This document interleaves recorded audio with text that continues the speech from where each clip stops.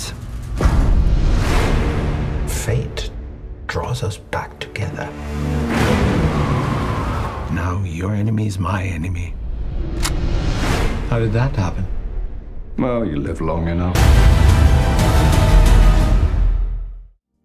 Daniel Craig is back for the last time as James Bond in No Time to Die.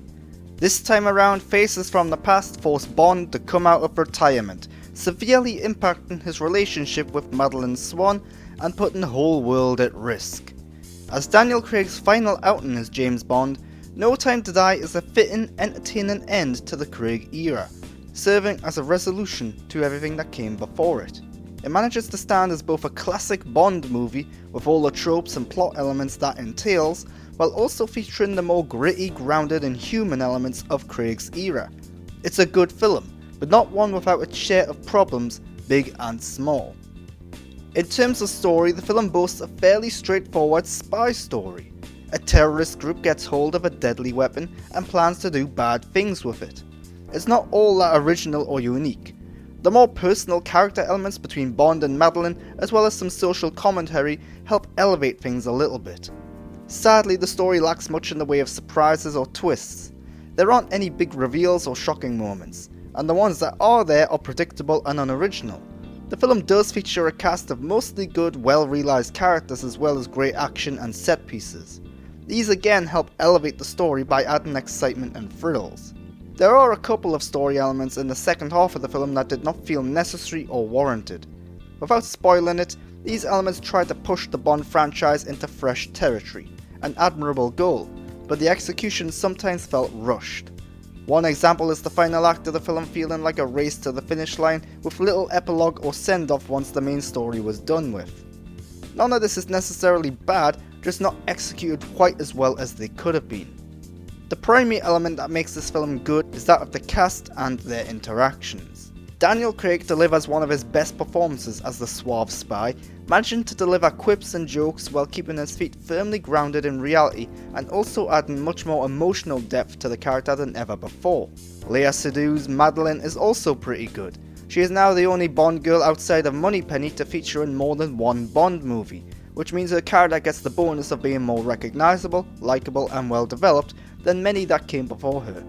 For most of the film, she is a tool to bring out Bond's more emotional side, while also getting her own scenes and moments to emote and showcase her great skills.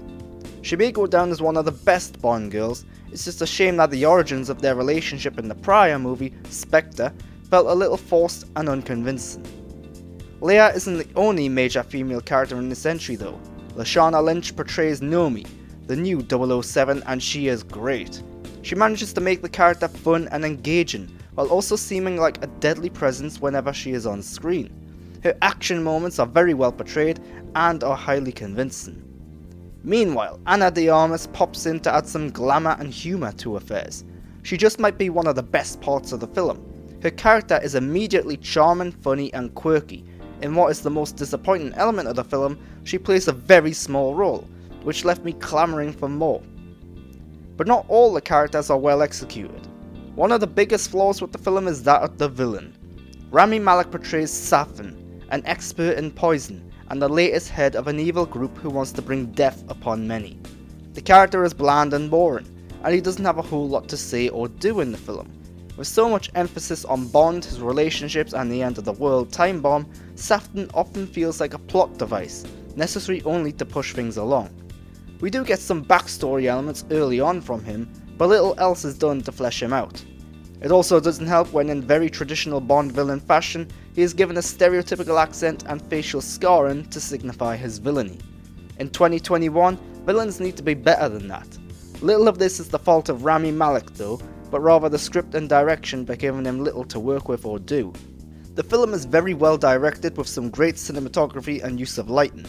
Notably, the film features more stylized lighting elements than prior Craig entries, giving the film a slight fantastical element that helps make Bond come across as a legend or an icon. It gives the whole film a prestigious gleam while still looking real and believable.